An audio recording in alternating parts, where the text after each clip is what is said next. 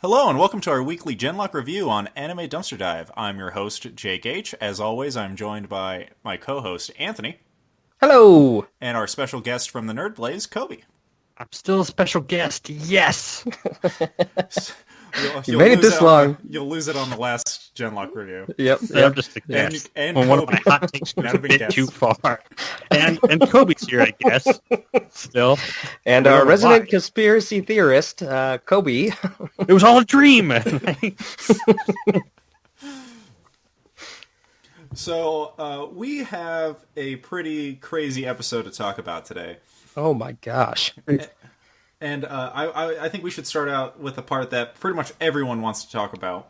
And that is the whole just last 15 minutes of that episode, which was just that giant, war Yeah. that was going on. I So cool. gotta say that throughout these Genlock reviews, I have said, you know what? I really wish they devoted more time to characters to really delve into their personal problems and to get to know them and all that stuff. Well, right now, I want to go back and punch past me in the face because I am just full of. I was like, battle, yeah, straight battle, so much battle, fighting, yes. So it's like everything I said before is moot. Is more robot fights? Yeah, screw these characters. I don't need to really know them that well. They just need fun quips during the battle, and then to fight like badasses and with some slight tension in between. That's all I need now. I'm a changed man. Absolutely. Absolutely. You could solve most character development with mech fight, and I would be totally fine. So I enjoyed it. I thought it was pretty bitchin'. It didn't feel like a sixth episode of a. Yeah, that's another thing that I wanted to point out too. I previously had said that last week's episode was probably the weakest. I understand why. I understand why now. They were saving it. They were saving it for this. Yes, they were, and I am. It does not leave me, curious about how this next season is going to end. Just because, I think that they're on the rise. These next few episodes are going to be much better than this last one. A lot of people in the Reddit thread were comparing it to the Volume 3 ending of Ruby. And That was intense. Which is nuts, because this is the 6th episode of the first season, and we're getting, a complete, destruction of what we've known. Of everything. Just burn it all down to start from scraps. Heroes on the run? What? Base of operations just gone? Okay, that's fine. Where are they going? Yeah. Yep. It made me kind of wonder, though, that if, the Commander and Dr. Weller knew that, Chase's intelligence was in that evil mech, then why wouldn't they have been okay, we should probably 100% be expecting an attack on our base, right? No, we never told Chase where we were, right? Yeah, It's all, yeah. it's all Chase fine. didn't know where we were. He didn't live here. Forever. Forever for a long time. For a long time, at least. Yeah, but Go ahead. okay, I was just going to say that whole... It's rare for me in anime, or, animation in general, to really feel like a war is going on, because I feel like they focus too closely on, the main characters. But in this one, since we have such a large cast, they're able to spread around, and we're able to see different characters do things. It felt like I was actually seeing all aspects of this battle happen. At one point, we see Miranda jump on, a down, spider, mech, and just spin in a circle, shooting like crazy. And I thought that was really awesome, and it didn't even involve a Holon. Mm-hmm. I like that I too. love the hand-to-hand, the fight stuff was really cool. Made me question, I don't know how bulletproof these suits are, because at one point Kazu was blocking bullets to his face with his hand by just holding his hand out. I guess that's but then Yasmin can throw a knife into a soldier's face and be fine, which is awesome. It's man, they have much stronger suits. They do. Those suits are really cool. I do. I like that. I thought that the choreography throughout the whole thing was so cool. They have definitely exceeded my expectations in that aspect. And then I loved seeing the mechs in tandem with how they fight outside. That was my favorite part. When they're in their own little bodysuits, it's really cool to see the contrast between them. Even Cammy stepped it up. I was pretty happy with that. Yeah, I was like, oh, Cammy is a fighter. Yeah. Oh my gosh, yeah. It was cool because even it's subtle because she's wearing so much clothes over her suit, but you see it light up. So she is punching that guy with superpowered punches. The like, speaking of choreography, and it's probably my favorite part of this episode, probably my favorite part of the series so far, and that is when Valentina and Kazu connect minds. 100% agree. Best part of the series. And they fight. And it's a dance, and it's amazing. I don't know. The dance fighting? That is clearly that's the best part of the series, Anthony. I'm not arguing that it's bad. I am just like, it took me a little while to grasp it. I had to watch the whole scene twice, and when I thought it was a little funny when Yasmin is talking to Chase, and she's like, "Hey, we should connect." Like nah. Because no. The thing, like, because I had to think about it on how that would work on as to like why Valentina merging her mind with Kazu would even let them fight that way. And then I realized it's Kazu not only getting the first-person perspective, but also the third-person perspective, because Valentina's watching him. So that also helped me realize that's what Yasmin was trying to get at Chase, was that this thing has 4 arms, that if we're connected, we can see where all the arms are all at the same time. But I think Chase was in his own little vendetta, so he didn't really want to do that. Or there's a problem with it, because Valentina brings it up a couple episodes before, saying like you've never connected your mind with Chase before. Right. It's probably something along the lines that she saw something that Chase didn't want her to see. Potentially. Like, I think that this is just all speculation at this point too. That there's got to be some repercussion in doing this. I mean, she's done this she did it to Cammy right before. So, and I think that they've shown that Valentina definitely has the most experience in doing it. There has to be some sort of repercussion. I think the biggest thing that was kind of a gripe for me is I don't like the fact that it was their, I don't know, it was like their persona in the game. I think it's their world, right? So that I can get behind. It's like their mental projection of themselves, right? So that I can get behind. Because Valentina even says that she's starting to feel the change of wanting to become Val again. So that's what I'm wondering, is that if right now she's mentally Val, right? And so that's how come like it was the male version of her. Okay, I could get behind that. But seriously, come on, that choreography is great. I'm not lying. I'm not so disagreeing. Good. It mixes beauty with raw battle so well.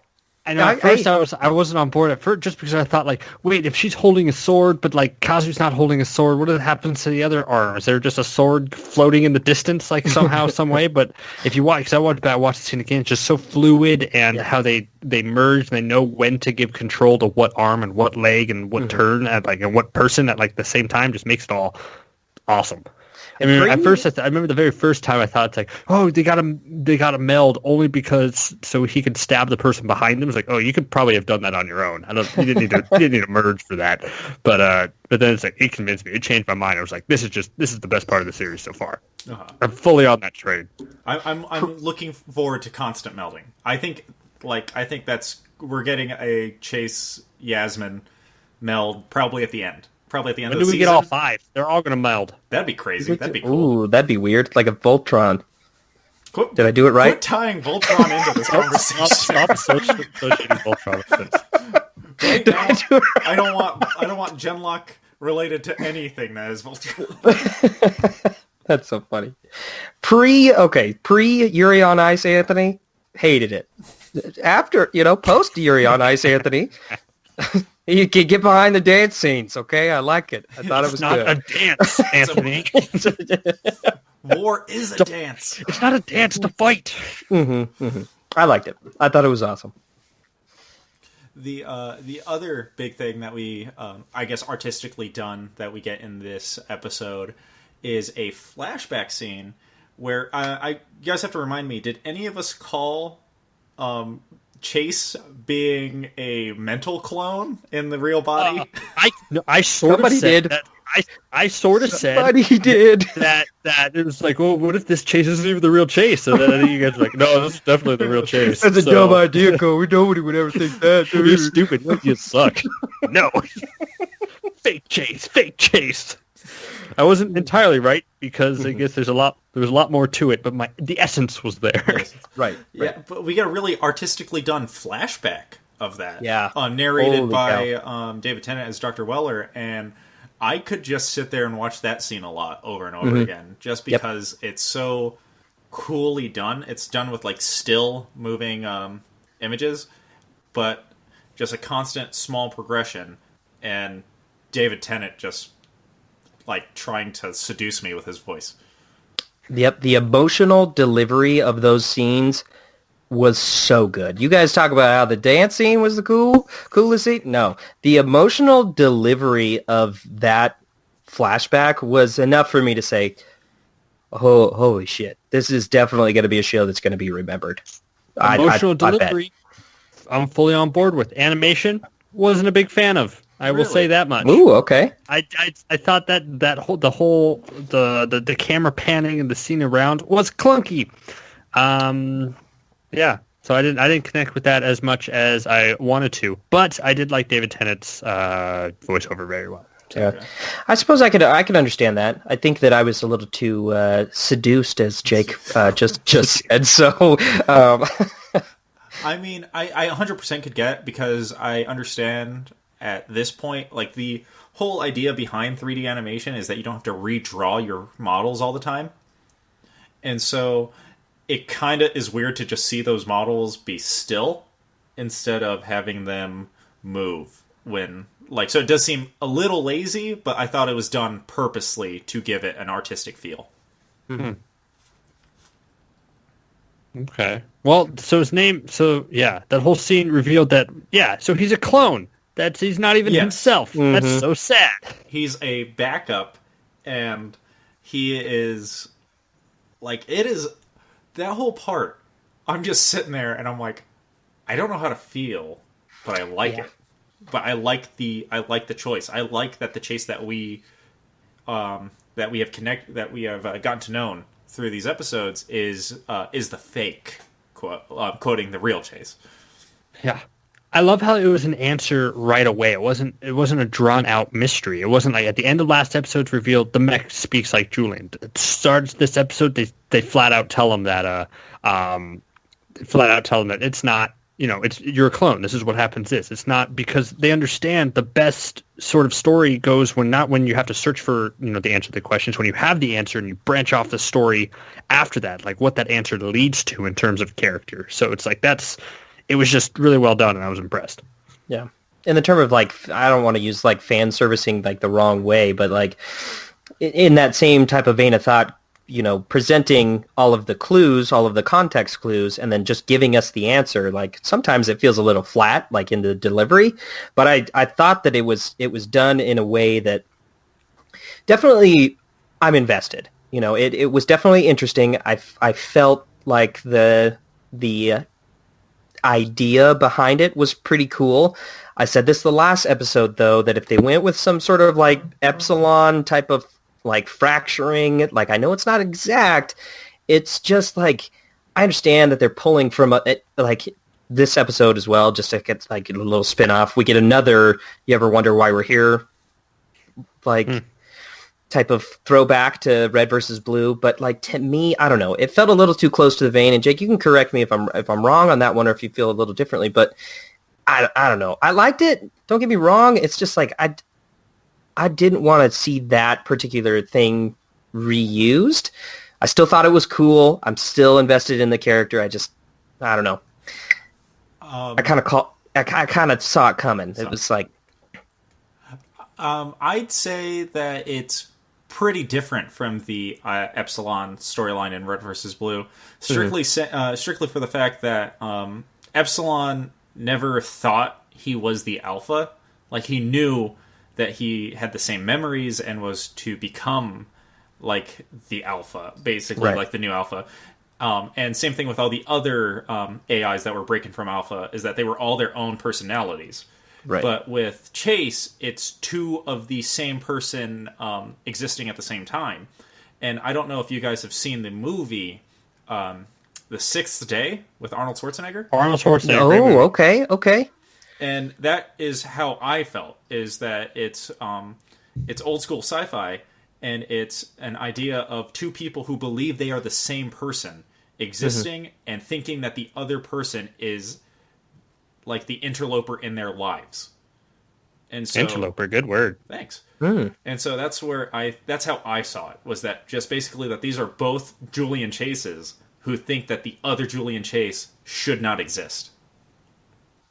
And because some people think I may think I'm reaching there, but Julian straight up attacks him as soon our Julian straight up attacks the evil mech as soon as it shows up, and he's and he says like a quip like, "Oh yeah, I'll you want to see something? I'll show you it." So I think there's legitimate hatred between the two of them.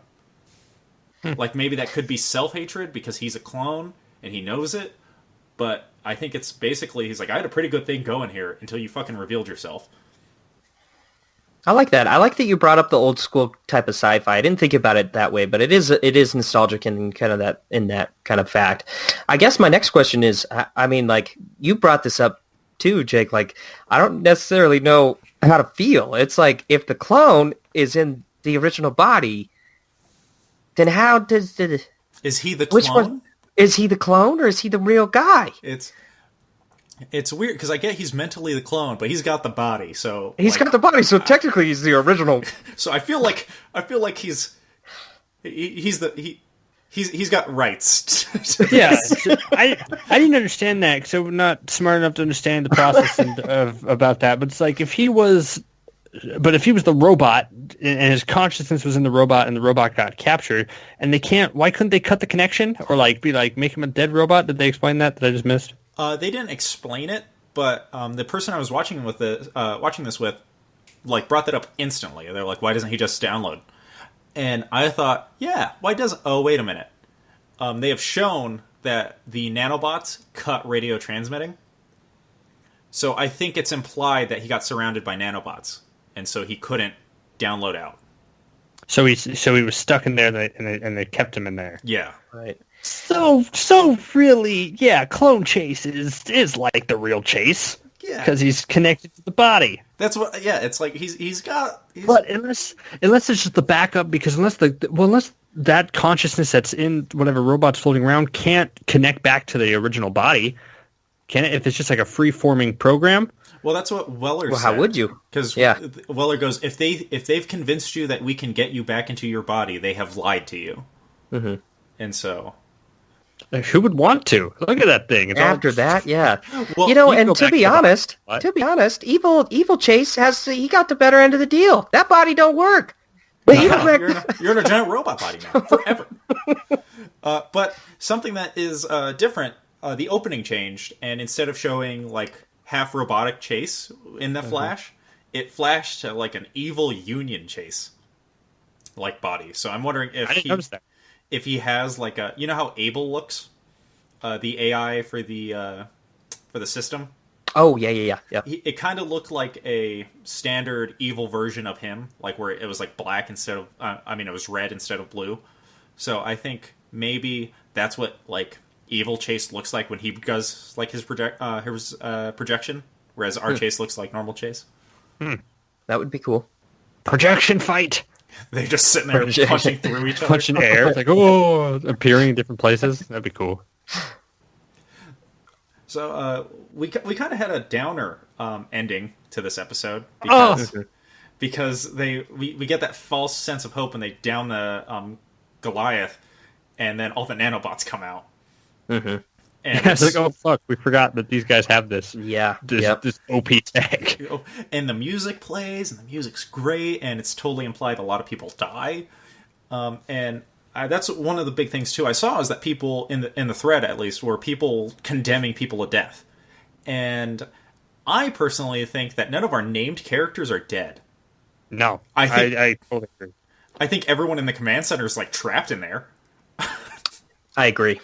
I agree with that. And I think our Prowler pilot, or what are they called? What are Miranda, Jody, and Leon called? Badasses. Crap. It's not Scarabs. They're not called that. They're called Mantis? No, that's also from Halo.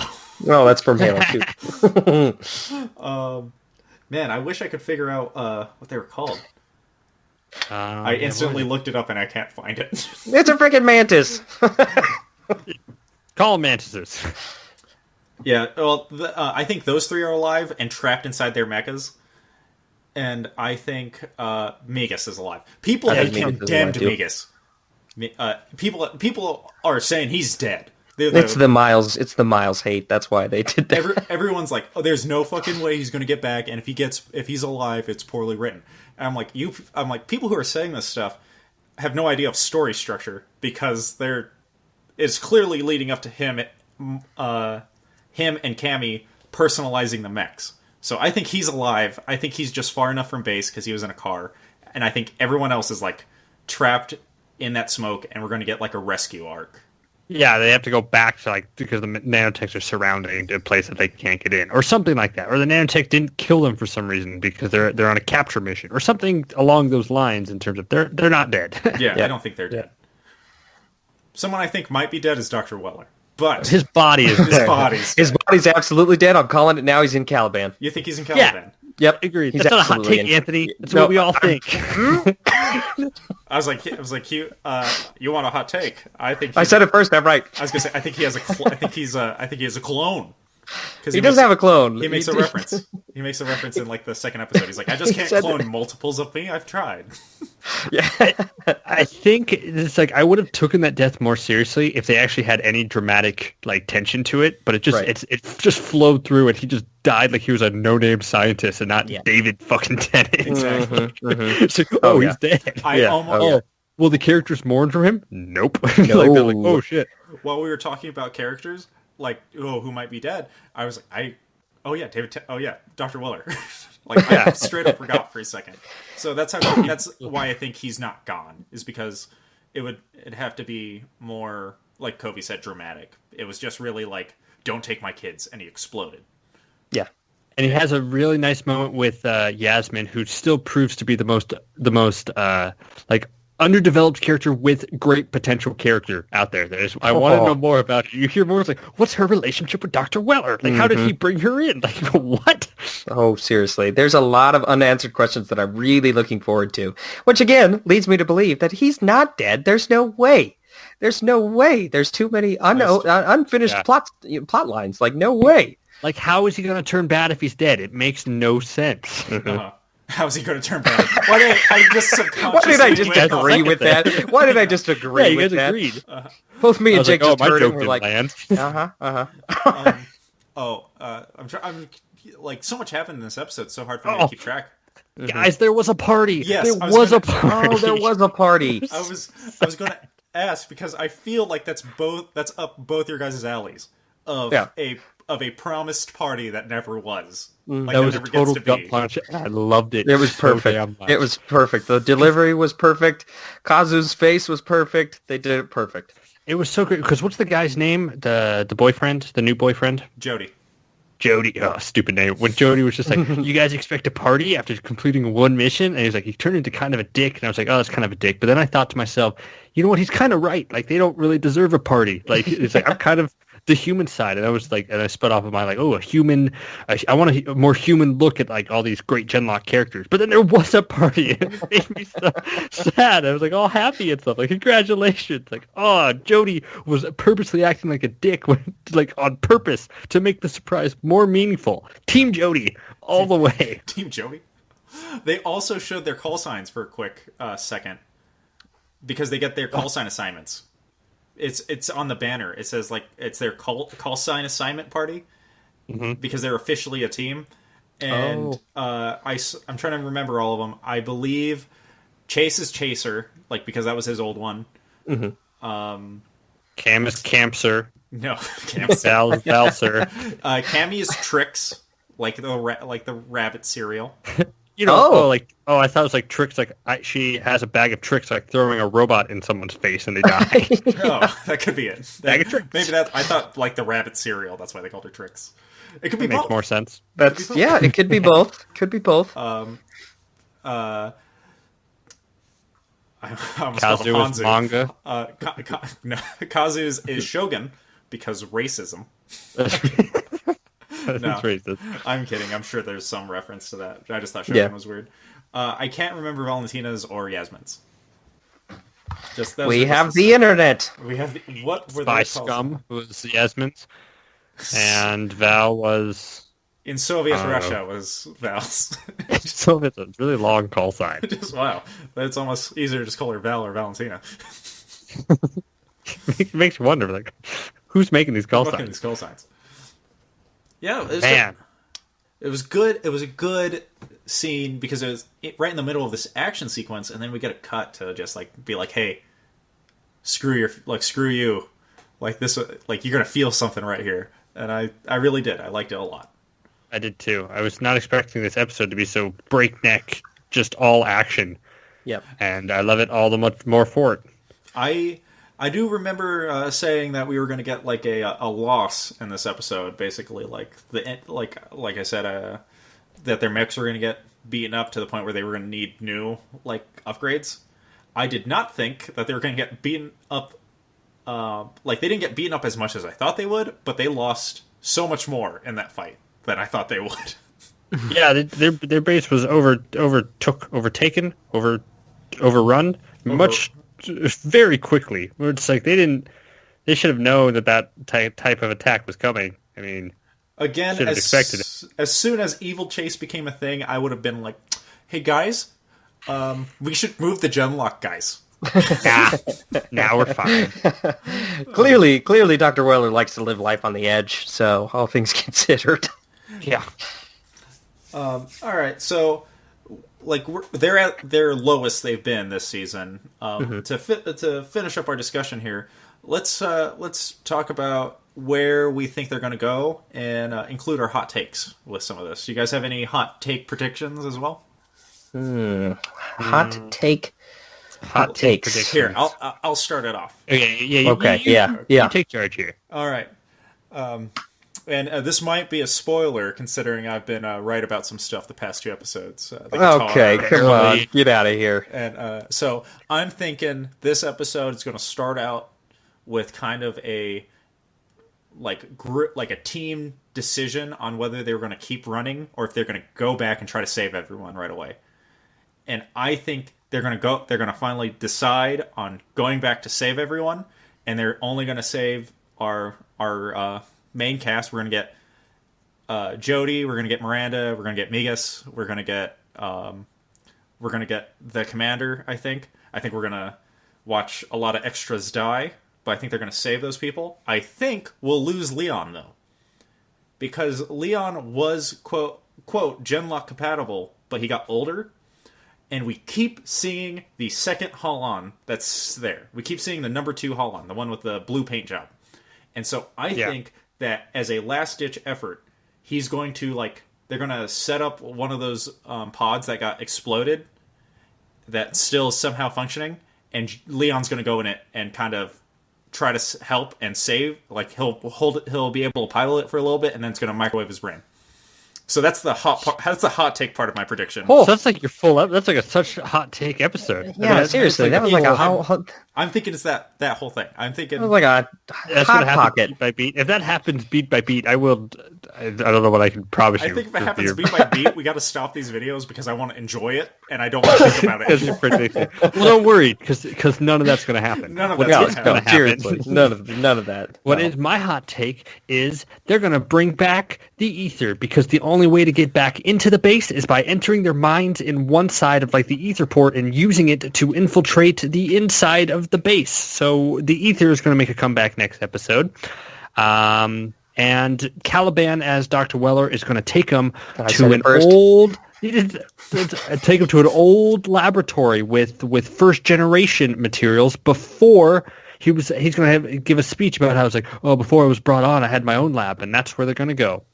And they're going to enter the ether somehow and use it to get everybody back. I like the ether idea. I like the ether idea too. That was a hot take. I enjoy it. Yeah, okay, it is the ether. I was thinking for it's like, oh, the Esther, but it's like, that's not what it's called. The Esther. The old woman that goes to church with my grandma. The same thing. Colin, this next episode, this is episode 7. We got one more episode after episode 7. I'm calling, we get the reveal that Chase's mom is the bad lady. Big baddie. Anthony tripping on my hot take. I'm just saying that this is the episode we're going to get it. Nope, and then, I don't think Leon's going to die. I think Jody's going to die. You think I don't even know who Leon. I don't even know who I think Leon Jody's is. going to. Leon's the leader of the 3 mech pilots. I think Jody's. Do him and Jody look the same? No, Jody has short hair and is a dude. Yeah, Leon's the one that gives him the speech. You thought that was Jody, but that's Leon. And nobody corrected me, so I just look like an idiot. I corrected you about 4 minutes later. Yeah. So people when it mattered. People who've watched this long have already decided you're an idiot. It's like I don't know what I'm talking about, guys. And I was so right before. No. Okay. Leon's not going to die. But he's going to get really, really hurt. And that's why he has to go into the mech. Jody's going to die. Calling it. And Miranda's going to get really, really hurt. Really badly. Both of them are? You already said Leon. You're changing your story there, He's Anthony. saying everyone's gonna get hurt. No. Yeah. Yeah, sort of. Are you thinking Miranda's going to get hurt so much that she has to live in a tube, and so there she'll be a hologram, and then hologram Chase and hologram Miranda can get it on? I just want a happy ending already. No, I think that Miranda is going to go unconscious this next episode, and we're going to get all 4 of them in the blue mech. No, I scratched that. Scratch that. No. Scratch that. Scratch that. I was going to say, you thought mine was a Hot Pocket? Anthony, yours is a fucking, like... Stover's microwave dinner? Yours is a fucking... yours is just a ball of aluminum foil in a microwave. Don't do that, kids. No. Just kidding. Okay, not all 4 of them. We're going to see Dr. Weller in the blue mech. You think he's in first. the blue mech? Yeah, I think he's going to be in the blue mech. Because as a mad scientist, he's like, yeah, of course I'm going to build one for myself. He's like, of course I'm Genlock compatible. What the fuck? Yeah. I made up that term. I can make whoever I want Genlock compatible. Yep.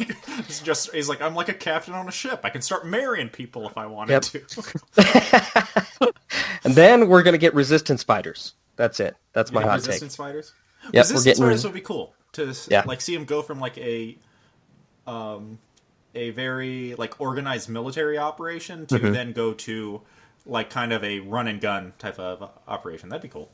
Who hate Yasmin because she was a Union spy. So I think Yasmin's backstory is going to come into play next episode. That's part of it. Out of my microwave. Also, really quick before we sign off on this, I just realized something. Yasmin's mech in the opening has wings. Yeah. And I thought that was always just a little weird, but then Dr. Weller calls her Little Bird, so I think that's probably a reference to why she has wings. No connection there, Jake. Come on. I'm reaching. I'm grasping at straws. But Dr. Weller's being able is solid, whatever. Still there. All part of it. Still possible. As a story to get it to because obviously his death didn't mean anything, but to think he died to protect everybody, to protect his investment, like it's so easy with this Genlock stuff. They still wants to die for it, but now he's in a superior body of Caliban, who, if history tells us anything about Caliban, I'm pretty sure there's a famous Caliban who was bad. So I think that's a hint. What? Google that, I'm sure, right? I'm Googling it right now. I think it's a different, maybe a bad anime character, but I don't know. Caliban is someone famous. That name sounds familiar. It does sound familiar. We'll have to look that up. But like, I guess we'll find out all this and more on next week's discussion after we watch the penultimate episode of the season. I can't believe that it's almost over, and I'm a little upset, but excited because I want there to be more. Mm-hmm. All right, Anthony, you want to sign us off? I do. Anthony's Googling Caliban right now.